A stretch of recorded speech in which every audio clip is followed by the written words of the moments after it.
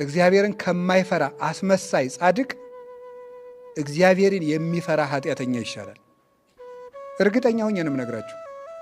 ዳዊት ኃጢአት የወረሰው ሰው ነበር። እውነት ለመናገር ደጋግሞ በዝሙት የሚወድቅ ግን ማንን ይፈራ ነበር? እግዚአብሔርን ይፈራው ነበር። ወዲያው ኃጢአት ሰርቶ ጨንገር እንዳነሱበት ብላቴን አይኑ ብክን ብክን ብሎ ያለቅስ ነበር። እግዚአብሔርን ይፈራው ነበር። አንዳንድ ሰዎች ግን ተጠንቅቀው ነዋሪዎች ናቸው። ልባቸው ግን ከአንበሳ ይልቅ ይመራል፣ ደንዳና ነው። ከአንደበታቸው የሚወጣው ቃል ድንግጥ ያደርገኛል። እኔ እገሌ ሞተ ሲባል አሽሮታል እንኳን ደፋው ሲል ልቤ ስንጥቅ ይላል። እውነቴን የምነግራቸው አይባልም እንደዚህ። ምን አባቱን ጆሮውን ቢለው ኑሮ ይላል። ነውር ነው። እንደዚህ ያለ የአውሬ ልብ ነው።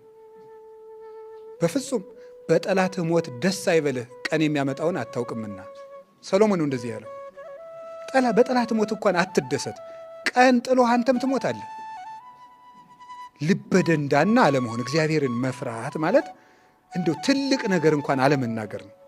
ትልቅ ነገር ልብ አፍን ይገልጣል። ከልብ ሞልቶ የተረፈውን አፍ ይናገራል ጌታ። ማቴዎስ 15 ላይ እስመ እምተረፈ ልብ ይነብብ አፍ።